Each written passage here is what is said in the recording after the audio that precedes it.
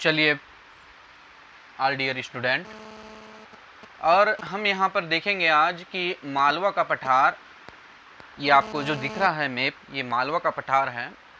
चूँकि मैंने आपके लिए जो है पहले ही बना दिया क्योंकि समय ज़्यादा लगता है। और मालवा का पठार ये आपको दिख रहा है, ठीक है। और जैसे इससे पूर्व हमने मध्य प्रदेश की भौगोलिक संरचना पढ़ी थी, ठीक उसी प्रकार से मालवा के पठार की भी भौगोलिक संरचना होती है। तो मालवा के पठार की भौगोलिक संरचना में आपने देख रहे हैं कि यहाँ पर मैं सीमा रेखा दर्शा देता हूँ, उत्तर दक्षिण पूर्व पश्चिम, ये दिशा सूचक चिन्ह है। तो मालवा का पठार जो है उत्तर से यानी उत्तरी छोर से दक्षिणतम छोर तक के, यानी मध्य प्रदेश का, जैसे हमने उत्तरी अक्षांश पढ़ा था, पूर्वी देशांतर विस्तार पढ़ा था, ठीक उसी प्रकार से मध्य प्रदेश के साथ साथ मालवा का पठार का भी है। तो मालवा का पठार 20 डिग्री 17 मिनट उत्तरी अक्षांश से, 20 डिग्री 17 मिनट उत्तरी अक्षांश से 25 डिग्री 8 मिनट उत्तरी अक्षांश तक इसका विस्तार है। पूर्वी देशांतर की यदि बात करें तो 74 डिग्री 20 मिनट से 79 डिग्री 20 मिनट पूर्वी देशांतर विस्तार, पूर्वी देशांतर विस्तार इसका है। साथ ही साथ जो है मध्य प्रदेश का निर्माण कैसे हुआ, ये सबसे महत्वपूर्ण सवाल है।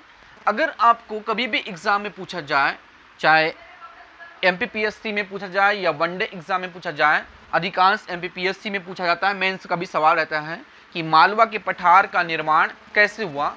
तो मालवा के पठार का निर्माण जो है ज्वालामुखी उद्गार के समय दक्कन ट्रेप की बेसाल्ट चट्टानों से हुआ। किससे हुआ? ज्वालामुखी उद्गार से दक्कन ट्रेप की बेसाल्ट चट्टानों से इस पठार का निर्माण हुआ। और इस पठार की जो मिट्टी है वो कैसी है? काली। कैसी है? काली मिट्टी। मिट्टी का जो स्वरूप है इस पठार में कैसा है? काली मिट्टी है। और इस पठार में जो है निर्माण के साथ साथ जो है इसका जो मिट्टी का स्वरूप है वो काला है, ठीक है। हम उस पर आगे चर्चा करेंगे। उसके बाद में यह पठार जो है मध्य प्रदेश के कुल भूभाग का 28.68% है। यानी मध्य प्रदेश का सबसे बड़ा पठार यदि कोई है तो वो है मालवा पठार। और मालवा पठार का कुल क्षेत्रफल है 88,222 वर्ग किलोमीटर। और यह मध्य प्रदेश में कितना भूभाग पर विस्तारित है? तो 28.62% भूभाग पर कुल मध्य प्रदेश के विस्तारित है। उसके बाद में इस पठार के अंतर्गत में मध्य प्रदेश से कुल कितने जिले आते हैं? एग्जाम में पूछा जाए या ना जाए तो वो बात की प्रक्रिया है। मध्य प्रदेश के मालवा पठार के अंतर्गत, मध्य प्रदेश के मालवा पठार के अंतर्गत कुल जिलों की जो संख्या है वो है 18। कितने जिले? यानी यहाँ पर जो जिले हैं वो कुल जिलों की संख्या कितनी है? 18। यानी मालवा पठार के अंतर्गत जिलों की कुल संख्या कितनी पूछा तो 18। अब वो 18 जिले कौन कौन से हैं मैं आपको बाद में नोट करवाऊंगा, ठीक है। जैसे इंदौर है, झाबुआ है, अलीराजपुर है, ठीक है ना, और देवास है, भोपाल है, बुरहानपुर है, खरगोन है, बड़वानी है, और राजगढ़ है, विदिशा है, सीहोर है, शाजापुर है, आगरमालवा है। तो ये जो प्रमुख जो जिले 18 हैं वो 18 जिलों के साथ में इस मालवा पठार में जो है सम्मिलित होता है। अब उसके बाद में मालवा पठार का जो निर्माण हमने देख लिया कि मालवा पठार का निर्माण कैसे हुआ। तो इस पठार का निर्माण ज्वालामुखी उद्गार के दक्कन ट्रेप की बेसाल्ट चट्टानों के अपरदन के फलस्वरूप जो है इस पठार का निर्माण माना जाता है। अब इस पठार में जिलों की भी संख्या बता दी मैंने। अब इसका नामकरण कैसे हुआ? बेटा नामकरण की यदि बात करें तो मालवा पठार का जो नामकरण है वो मलय जनजाति से हुआ। कौन सी जनजाति? मलय जनजाति।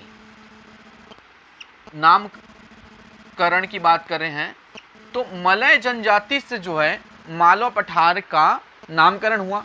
अब ये मलय जनजाति क्या होता है? तो सिकंदर, आपने नाम सुना है सिकंदर लोदी का नाम सुना है इतिहास का में। तो सिकंदर लोदी जो है वो सिकंदर लोदी के समय में क्या हुआ कि यहाँ पर जो जनजाति थी मलय जनजाति।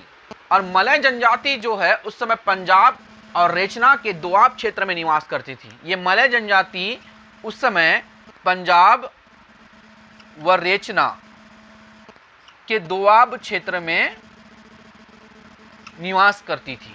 और निवास करने के दौरान क्या हुआ कि ये जो है आक्रमण के बाद में ये लोग पंजाब और रेचना के क्षेत्र को छोड़ते हुए ये लोग कहाँ पर आ गए, भागकर पश्चिमी मध्य प्रदेश में आ गए। चूंकि मध्य प्रदेश का पश्चिमी इलाका होता है मालवा, तो ये पश्चिमी क्षेत्र में आ गए।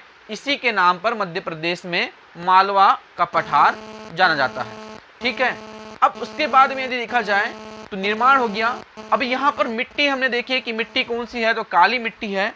और काली मिट्टी का जो काला रंग होता है, याद रखिएगा कि काली मिट्टी का काला रंग होता है टिटेनीफेरस मैग्नेटाइट से। किससे? काली मिट्टी का काला रंग किससे होता है, तो टिटेनीफेरस मैग्नेटाइट। मैं कहीं लिख देता हूं कि काली मिट्टी का जो रंग होता है वो किससे होता है, टिटेनीफेरस मैग्नेटाइट। ठीक है, काली मिट्टी का काला रंग टिटेनीफेरस मैग्नेटाइट की वजह से होता है। और इस मिट्टी में जो सर्वाधिक जो है फसल जो उत्पादन किया जाता है, इसमें सर्वाधिक कपास, सोयाबीन, ये जो है यहाँ की जो प्रमुख फसलें होती है, यानी कि कपास के साथ में गन्ना, आलू, गेहूं। ठीक है ना, तो यहाँ की जो प्रमुख फसल है, यहाँ पर फसल की यदि बात करें तो यहाँ पर कपास, गेहूं, गन्ना, सोयाबीन, ठीक है ना, ये प्रमुख फसल होती है काली मिट्टी में। और काली मिट्टी में सर्वाधिक कपास का जो उत्पादन जो करने वाला जो एकमात्र मध्य प्रदेश का जिला बेटा, तो मध्य प्रदेश में सर्वाधिक कपास का उत्पादन कहाँ होता है, तो आपको याद रखना है कि मध्य प्रदेश में सर्वाधिक खरगोन, कौन सा जिला, खरगोन में सर्वाधिक कपास की खेती होती है। भाई काली मिट्टी के लिए सबसे उपयुक्त फसल कौन सी, अगर एग्जाम में पूछता है तो आपको याद रखना है कपास। कौन सी, कपास। और कपास मध्य प्रदेश में सर्वाधिक कहाँ उत्पादित होता है, तो खरगोन में। और कपास की खेती के लिए या कपास की फसल के लिए सबसे उपयुक्त मिट्टी कौन सी है, अगर परीक्षा में पूछता है आपको तो बताना है कौन सी मिट्टी, काली मिट्टी। कौन सी मिट्टी, काली मिट्टी। और कपास को और एक अन्य नाम से भी जाना जाता है, आपको पता है मध्य प्रदेश में कपास को और दूसरे नाम से भी जाना जाता है, उसका नाम है सफेद सोना। हाँ भाई, सफेद सोना के नाम से भी जो है कपास को संबोधित किया जाता है। और मध्य प्रदेश में सर्वाधिक कपास की खेती कहाँ होती, तो खरगोन में होती है। उसके बाद में यहाँ पर गेहूं भी होती है काली मिट्टी में, और गन्ना भी होता है, और सोयाबीन की भी जो है फसल यहाँ पर पाई जाती है।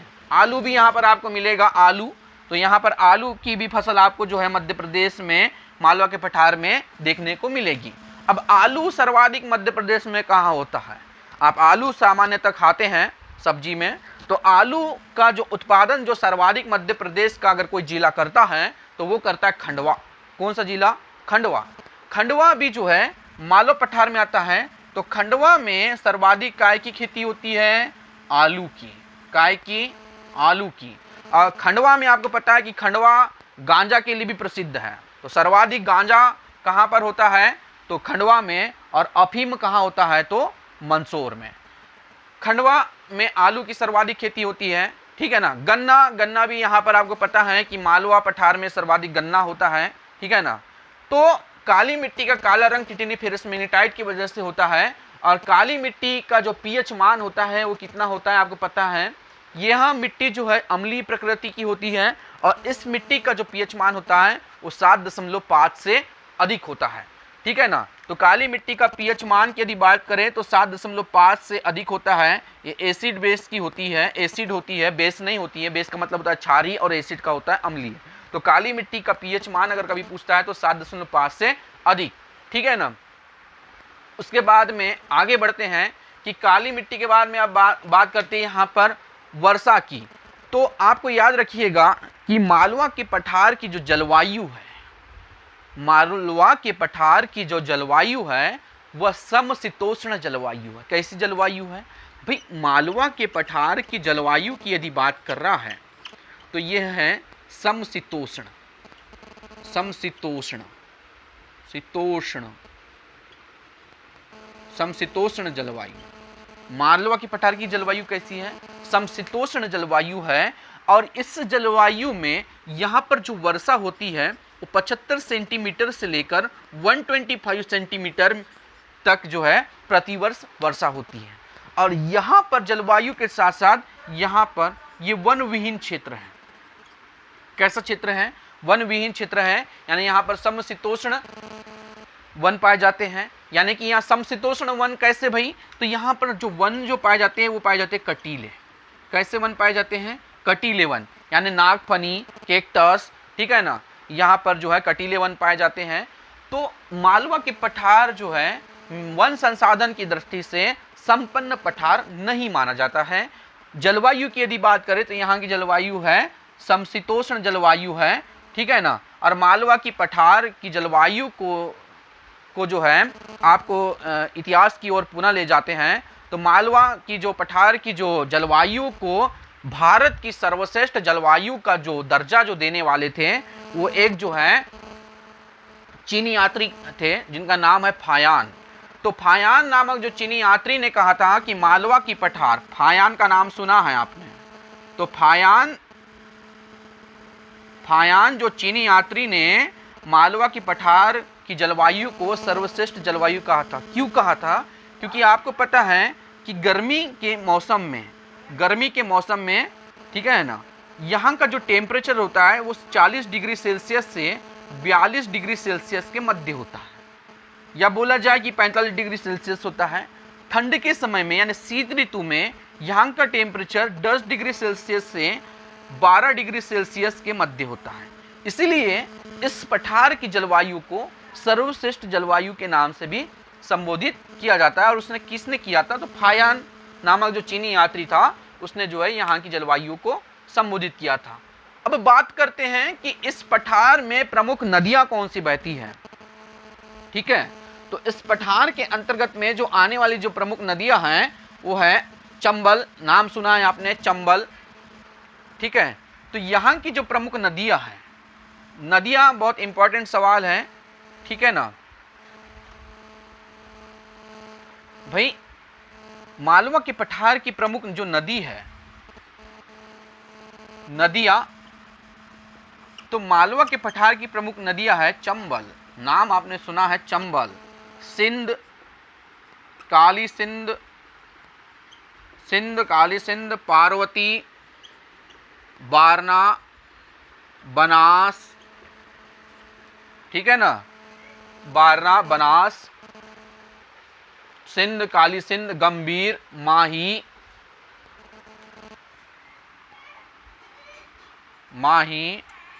खान, ये प्रमुख यहाँ की इस पठार में बहने वाली प्रमुख नदियां हैं, ठीक है ना। तो नदियां आपको दिख रही है सिंध, काली सिंध, पार्वती, बनास, नेवाज, है ना, और आपको माही, ठीक है ना, नेवाज भी है यहाँ, ठीक। चंबल, अब बात करें तो यहाँ पर जो चंबल जो नदी है ये मालवा को दो भागों में बांटती है, एक उत्तरी मालवा में बांट देती है और एक जो है दक्षिण मालवा में बांट देती है। जो चंबल नदी क्या करती है कि चंबल नदी का जो बहाव जो क्षेत्र है वो उत्तर मध्य भारत में है, यानी उत्तर मध्य प्रदेश में बोला जाए तो चंबल नदी का जो उद्गम है ना, वो कहाँ से होता है? तो आपको पता होना चाहिए चंबल का उद्गम कहाँ से होता है। जब हम नदियाँ विशेष पढ़ेंगे तो आप वहाँ देखेंगे।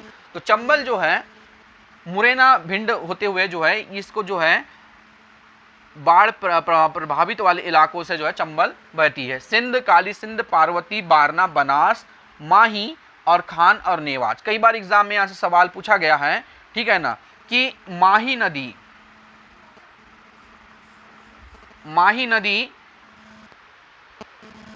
ये महत्वपूर्ण नदी है। माही नदी मध्य प्रदेश की और भारत की एकमात्र ऐसी नदी है जो कर्क रेखा को दो बार विभक्त करती है। क्या करती है? दो बार काटती है। तो मध्य प्रदेश की जो माही नदी है, मध्य प्रदेश की जो माही नदी है यह कर्क रेखा को क्या करती है? दो बार काटती है। यानी दो बार काटने वाली कौन सी नदी है? मध्य प्रदेश की और भारत की एकमात्र नदी माही, ठीक है ना। और माही नदी मध्य प्रदेश की एकमात्र और भारत की एकमात्र ऐसी नदी है जो कर्क रेखा को क्या करती है, 2 बार विभक्त करती है। अब एक बार और सवाल ये भी पूछा गया था कि खान नदी के तट पर कौन सा शहर बसा हुआ है। तो खान नदी के तट पर याद रखिएगा कि खान नदी के तट पर इंदौर शहर बसा हुआ है। कौन सा शहर बसा हुआ है? इंदौर शहर बसा हुआ है, ठीक है ना। कौन सा नहर बसा हुआ है? तो इंदौर शहर खान नदी के तट पर बसा हुआ है, ठीक। उसके बाद में आपको पता है कि यहां पर और एक महत्वपूर्ण है क्षिप्रा। क्षिप्रा नदी उज्जैन, आपने नाम सुना है, महाकाल का दरबार उज्जैन, महाकाल की नगरी उज्जैन। और उज्जैन में जो है जो भव्य जो मेला लगता है, 12 ज्योतिर्लिंगों में से एक जो मेला लगता है उज्जैन में, ठीक है ना। तो महाकालेश्वर या उज्जैन जो पवित्र भूमि नगरी कहलाती है, पवित्र नगरी है, तो वो किस नदी के तट पर वहाँ मेला लगता है? तो कौन सी नदी के तट पर यहाँ पर मेला लगता है, बताएंगे आप? कौन सी नदी? उज्जैन तट किस नदी के तट पर बसा हुआ है? क्षिप्रा। कौन सी नदी के तट पर बसा हुआ है? क्षिप्रा। और यहाँ पर प्रतिवर्ष जो है 12 वर्षों में एक बार जो है यहाँ पर मेले का आयोजन किया जाता है, सियस्त या कुंभ मेला बोलते हैं जिसको, ठीक है। तो क्षिप्रा नदी के तट पर जो है प्रतिवर्ष 12 यानी कि 12 वर्षों में यहाँ पर मेला लगता है। उसके बाद में यदि बात करें आगे, यदि बात करते हैं नदियों पर, हम जब विशेष टॉपिक पढ़ेंगे तो नदियों के बारे में जानेंगे।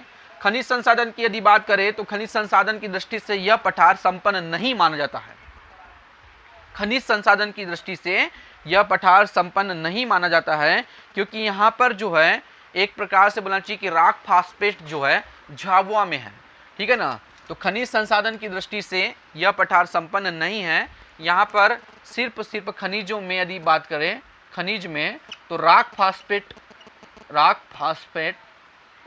ठीक है ना, ये झाबुआ में है, झाबुआ में है राक फास्फेट खनिज संसाधन की दृष्टि से देखा जाए तो।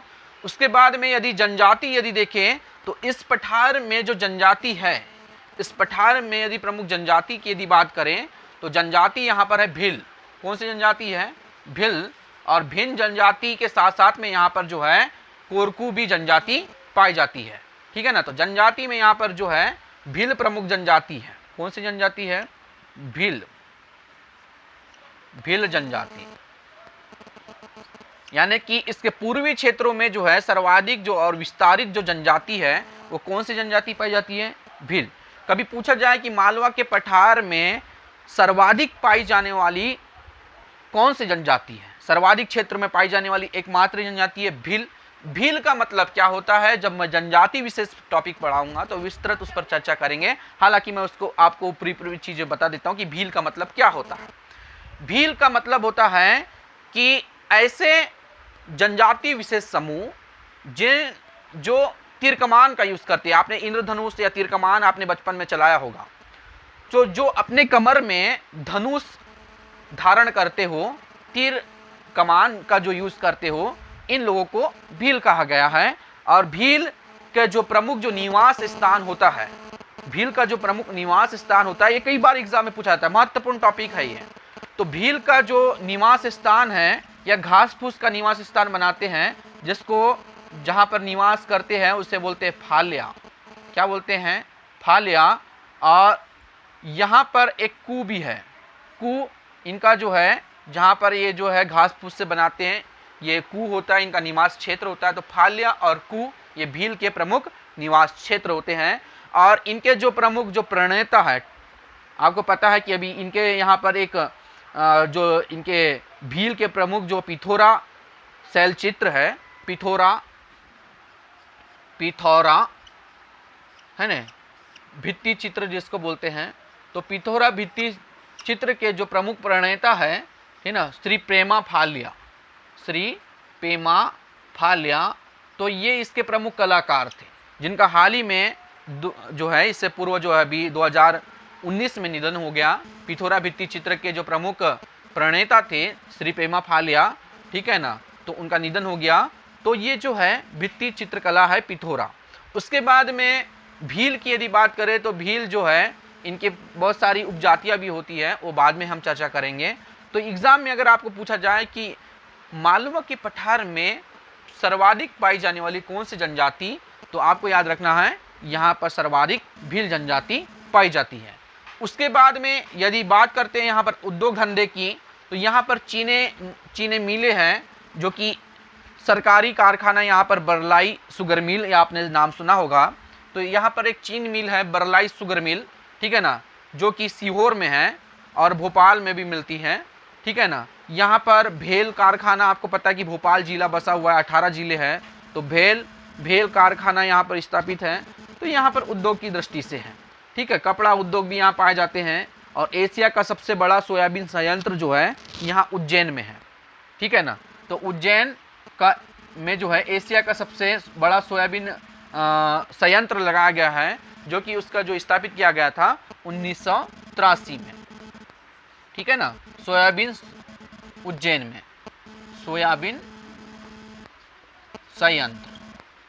सोयाबीन संयंत्र अगर कहाँ पर है तो आपको याद रखना है उज्जैन में। और नागदा यहाँ पर ही है, उज्जैन नागदा। तो नागदा को अभी जो है मध्य प्रदेश का 53वां जिला घोषित किया गया है। याद रखिएगा, करेंट का सवाल है कि मध्य प्रदेश का जो 53वां जिला जो प्रस्तावित में है, माननीय जो आपके जो है मामा की सरकार में, यानी कि शिवराज सिंह चौहान की सरकार में 53वां जिला कौन सा है, तो आपका जो प्रस्तावित जो बनने वाला है वो है नागदा। तो नागदा को 53वां जिला बनाया जाएगा, ठीक है ना, और जो कि उज्जैन के अंतर्गत में आता था। उसके बाद में यदि बात करें तो यहाँ पर जो है प्रमुख चोटियाँ, ये महत्वपूर्ण सवाल है कि यहाँ पर चोटियाँ कौन कौन सी है, ठीक है, ये आपने देखा। इसके बाद में यहाँ पर देख लेते हैं कि मालवा के पठार के अंतर्गत में प्रमुख चोटियाँ कौन सी हैं। तो बेटा यहाँ पर एग्जाम में कई बार पूछा है, पीएससी में अधिकांश सवाल आता है, पीएससी एग्जाम में अधिकांश सवाल आता है। तो मालवा पठार की सबसे ऊंची चोटी की यदि बात करें, मालवा पठार की सबसे ऊंची चोटी की यदि बात करें तो यहाँ पर है सिगार चोटी। कौन सी चोटी? सिगार चोटी, जो कि 881 मीटर ऊंची है। मालवा के पठार की सबसे ऊंची चोटी कौन सी है? तो सिगार चोटी। कितनी मीटर ऊंची है? तो 881 मीटर ऊंची चोटी। दूसरी चोटी यहां पर पड़ती है आपकी जानापाव। जानापाव आपने याद है, इंदौर महू वाला जो इलाका होता है वो जानापाव में आता है। तो इंदौर है ना, महू वाला जो इलाका होता है ये जानापाव की पहाड़ी से उद्गम, आपको जब नदियां पड़ जाएंगे तो आपको पता होना चाहिए। तो चंबल नदी का जो उद्गम है वो जानापाव की इंदौर महू क्षेत्र से होता है। तो जानापाव यहाँ की जो है द्वितीय नंबर की सबसे ऊंची चोटी है, जो कि 854 मीटर ऊंची है। द्वितीय मालवा के पठार की द्वितीय नंबर की जो सर्वाधिक ऊंची चोटी है उसका नाम है जानापाव, और जो कि 854 मीटर ऊंची है। तीसरी जो ऊंची जो यहाँ पर चोटी पड़ती है उसका नाम है धजारी। क्या है? धजारी। धजारी चोटी 457 मीटर ऊंची है। कौन से पठार की? मालवा के पठार की। तो नोट अच्छे से कर लीजिएगा, पीएससी में पूछा जाता है कि मालवा के पठार की इनमें से सर्वाधिक ऊंची चोटी कौन सी है। तो आपको याद रखना है कि मालवा के पठार की सबसे ऊंची चोटी यदि पूछता है परीक्षा में तो ऊंची चोटी है सिगार चोटी, जिसका जो है मीटर में जो है क्षेत्र है 881 मीटर ऊंची चोटी। द्वितीय नंबर की चोटी आती है जानापाव, इंदौर महू वाला इलाके में जानापाव चोटी है, तो 854 मीटर है। और तीसरी धजारी चोटी है, जो कि 457 मीटर ऊंची चोटी है। तो ये चोटी है, यहाँ पर जो है सर्वाधिक ऊंची चोटियाँ पाई जाती है, ठीक है। उसके बाद में अगर हम बात करें तो इस पठार में जो है दर्शनीय स्थल कौन कौन से हैं उस पर भी चर्चा की जाएगी। उद्योग तो मैंने आपको बता दिया कि यहाँ पर बहुत सारे उद्योग धंधे हैं, ठीक है ना। सीमेंट कारखाने भी हैं, यहाँ पर शक्कर कारखाना है, कत्था है। कत्था सरकारी कारखाना, आपको पता है अगर एग्जाम में पूछें कि मध्य प्रदेश का सरकारी कत्था कारखाना कहाँ पर है, तो बानमोर मुरैना में है। मुरैना का जो बानमोर आता है, बानमोर, तो यहाँ पर कत्था बनाने का कारखाना है। कत्था बनाने का कारखाना सरकारी कारखाना है कत्था बनाने का, बानमोर मुरैना में, ठीक है ना, जो कि इसी पठार में स्थित है, ठीक है ना। और आगे अपन पर्यटन केंद्र की यदि बात करें तो पर्यटक क्षेत्र में यहाँ पर जयविलास पैलेस पड़ता है।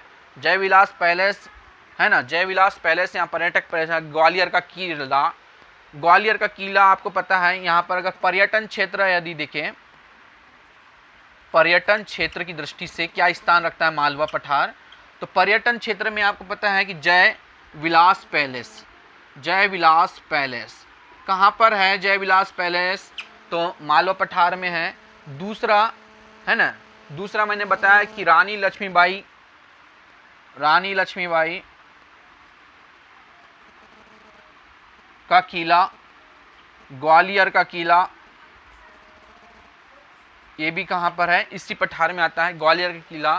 ठीक है, समाधि यदि पूछता है कभी एग्जाम में तो तानसेन व बैजू बावरा, तानसेन और बैजू बावरा की समाधि स्थल कहाँ पर है? तो ये भी आपको जो है मालवा पठार में मिलेगी। सांख्यराज सिंधिया यहीं पर मिलता है। उसके बाद में तात्या टोपी की समाधि भी जो है यहाँ पर मिलती है। और यहाँ पर एक सबसे बड़ा जो है राष्ट्रीय उद्यान है कि यहाँ पर जो है माधव राष्ट्रीय उद्यान, माधव राष्ट्रीय उद्यान कौन से पठार में आता है? तो माधव राष्ट्रीय उद्यान जो है यहीं पर आता है, ठीक है ना, जो कि शिवपुरी जिले में आता है। तो माधव राष्ट्रीय उद्यान जो है शिवपुरी जिला है यहाँ पर, तो शिवपुरी जिला मालवा पठार में आता है। तो माधव राष्ट्रीय उद्यान शिवपुरी जिले के अंतर्गत में आता है। दूसरा कि यहाँ पर एक और राष्ट्रीय उद्यान आता है घाटी ग्राम, घाटी ग्राम, जो कि घाटी ग्राम राष्ट्रीय उद्यान ये ग्वालियर में आता है, जो कि मालवा पठार का एक क्षेत्र है ग्वालियर, और मध्य प्रदेश की जो है खंडपीठ है, यानी कि उच्चतम न्यायालय की खंडपीठ भी ग्वालियर है। उसके बाद में करेरा अभ्यारण्य भी आता है। यहाँ पर करेरा अभ्यारण्य शिवपुरी में चाहता है, करेरा, करेरा अभ्यारण्य याद रखिएगा। करेरा अभ्यारण्य कहाँ पर आता है? तो शिवपुरी में आता है, और शिवपुरी जो कि मालवा पठार का एक जिला है। चंबल अभ्यारण्य आपको पता है कि चंबल अभ्यारण्य भी यहीं पर आता है। चंबल अभ्यारण्य, चंबल मुरैना में आता है। तो चंबल अभ्यारण्य भी यहाँ पर मिलेगा, जहाँ पर जो है घड़ियालों का संरक्षण किया जाता है। मध्य प्रदेश में घड़ियाल का संरक्षण, घड़ियाल का संरक्षण किस अभ्यारण्य में किया जाता है? तो याद रखिए घड़ियाल का जो है यहाँ पर संरक्षण जो किया जाता है वो चंबल अभ्यारण्य में किया जाता है। ठीक, अब उसके बाद में यदि बात करें कि वन संसाधन, मैंने बताया कि यहाँ पर वन संसाधन बहुत ही अल्प मात्रा में पाए जाते हैं। तो यहाँ पर बबूल, कीकर और कैक्टस, नागफनी है ना, ये जो है यहाँ पर सर्वाधिक वन पाए जाते हैं। महुआ, सागौन और आम के जो क्षेत्र है यहाँ पर बहुत ही कम देखने को मिलते हैं। उसके बाद में यदि बात करते हैं कि मनोरंजन के क्षेत्र क्या है, तो यहाँ पर जो है रामलीला और रासलीला इस पठार में सर्वाधिक होती है, रामलीला और रासलीला। उसके बाद में यहाँ की अगर कभी पूछा जाए कि बोली कौन सी है, तो याद रखिएगा यहाँ पर जो है मालवा पठार में सबसे ज़्यादा बोली बोली जाती है बुंदेली और हिंदी। बुंदेली और हिंदी यहाँ पर जो है सर्वाधिक बोली जाती है। और कुछ कुछ क्षेत्र में यहाँ पर कौरवी भी बोलते हैं, और ब्रज का भी यहाँ पर प्रचलन है, पर कम क्षेत्र में बोला जाता है। बुंदेली सर्वाधिक बोली यहाँ पर प्रचलन में है। उसके बाद में यदि बात करें तो इस पठार के अंतर्गत में और बात करा जाए तो जाति मैंने बताया यहाँ पर कि यहाँ पर जो है सहरिया जनजाति है ना, जो कि भील के अंतर्गत में जो है सहरिया जनजाति वगैरह यहाँ पाई जाती है।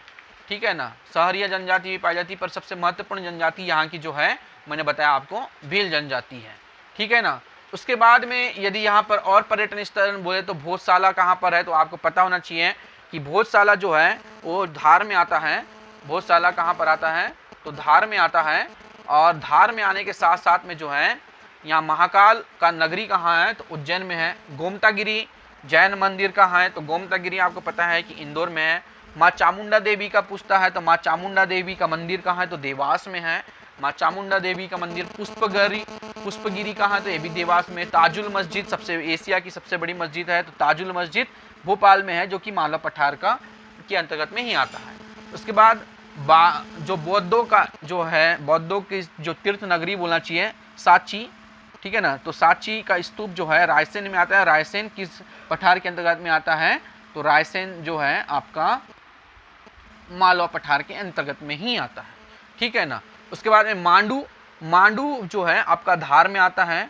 मांडू को सिटी ऑफ जॉय भी बोलते हैं, तो सिटी ऑफ जॉय जो है धार में आता है, मांडू धार में आता है। और ये सब जो है मालवा पठार के अंतर्गत में आने वाले प्रमुख क्षेत्र और जिले हैं। उसके बाद में यदि देखा जाए तो यहाँ पर लोकनाट्य जो होता है, लोकनाट्य यहाँ पर सबसे जो प्रचलित लोकनाट्य होता है, लोकनाट्य यहाँ पर होता है मार्च, और यहाँ पर आगा तीज भी होता है, आगा तीज और गणगौर। ये आगा तीज और गणगौर ये जो है यहाँ के प्रमुख लोकनाट्य होते हैं, ठीक है ना। लोकनाट्य, आगा तीज, मार्च और गणगौर यहाँ के प्रमुख लोकनाट्य होते हैं। और लोक नृत्य की यदि बात करें तो लोक नृत्य यहाँ पर होता है गोल घगेड़ो, यहाँ का प्रमुख जो लोक नृत्य है, मालवा पठार का प्रमुख लोक नृत्य है गोल घगेड़ो लोक नृत्य है, ठीक है ना। और यहाँ पर एक और लोक नृत्य होता है जिसका नाम है भगोरिया। ये होली के अवसर पर होता है, होली के अवसर पर, ठीक है ना। होली के अवसर पर जो है ये भगोरिया जो है यहाँ का प्रमुख नृत्य होता है, ठीक है ना। और ये जो है किस जनजाति के द्वारा मनाया जाता है, तो आपको पता होना चाहिए कि भगोरिया जो है भील जनजाति के द्वारा भगोरिया नृत्य किया जाता है। भील जनजाति के द्वारा होली के अवसर पर जो है यहाँ पर युवक और युवती, भील जनजाति के जो युवक और जो युवती होते हैं वो क्या करते हैं कि एक दूसरे को पसंद करते हैं, और पसंद करने के उपरांत क्या करते हैं कि जब दोनों एक दूसरे को पसंद करते हैं तो राजी बाजी के साथ में इनके जो है समाज में या जनजाति में जो है इनकी क्या करवा दिया जाता है, विवाह संपन्न करवा दिया जाता है। जब विवाह की बात करवाई जाती है तो ये जो युवक और युवती जो होते हैं भील जनजाति के, ये जो है लज्जित होकर जो क्या करते हैं कि भागने का प्रयास करते हैं, इसलिए इसको जो है सुप्रसिद्ध कथा में भगोरिया नृत्य भी कहा जाता है, ठीक है। और उसके बाद में अगर और भी यदि बात किया जाए कि भगोरिया नृत्य तो होता है, उसके बाद में और भी जनजाति के द्वारा यहाँ के प्रमुख नृत्य देखने को मिलते हैं, ठीक है ना। तो नृत्य आपको और भी देखने को मिलेंगे, ठीक है ना, कि नृत्य कौन कौन से यहाँ पर पाए जाते हैं और यहाँ पर कौन कौन से नृत्य होते हैं। तो ये आपको जब विस्तृत जो है यहाँ पर और भी जनजाति पाई जाती है। इसके अलावा मैंने बताया था कि कोरकू भी जनजाति पाई जाती है, कोरकू, ठीक है ना। कोरकू जनजाति भी यहाँ की इस पठार की प्रमुख जनजाति पाई जाती है, ठीक है ना। और भी अगर आपको उद्योग धंधे पूछता है तो आपको पता है कि लेदर कॉम्प्लेक्स कहाँ है, जहाँ मध्य प्रदेश में सर्वाधिक जूते चप्पल या चमड़ों के जो सामान बनते हैं, तो लेदर कॉम्प्लेक्स जो है वो भी देवास में आता है। तो ये मध्य प्रदेश की जो है प्रमुख क्या हो गई कि मध्य प्रदेश की ये प्रमुख जो है भौगोलिक स्थितियाँ होती हैं, और भौगोलिक स्थिति के साथ साथ जो है इसके वन संसाधन, प्राकृतिक संसाधन, खनिज संसाधन और आर्थिक संसाधन, मिट्टी संसाधन, ये समस्त जो चीज़ें हैं इस टॉपिक के अंतर्गत में क्लियर की जाती है। तो ये मालवा के पठार का प्रमुख जो है भौगोलिक और जो है ऐतिहासिक स्वरूप और समस्त जो चीज़ें हैं यहाँ पर कवर अप की गई है, जो कि एग्ज़ाम की दृष्टि से बहुत ही महत्वपूर्ण है, ठीक। आगे जो नेक्स्ट टॉपिक पढ़ेंगे मालवा के पठार के बाद में हम जो है मध्य भारत के पठार की ओर जाएंगे, और उसके बाद मध्य भारत के पठार से जो है रीवा पन्ना के पठार की ओर आएंगे, और रीवा पन्ना के पठार से जो है हम सीधा इधर में जो है बुंदेलखंड के पठार में जाएंगे और दक्षिणतम फिर अपन पठारों पर विस्तृत और गहन चर्चा करेंगे। तो नेक्स्ट टॉपिक में जो है हम विस्तृत चर्चा करेंगे नेक्स्ट पठार पर। तो आज के लिए इतना ही टॉपिक में जो है संपन्न करते हैं, ठीक। गुड डे, जय हिंद।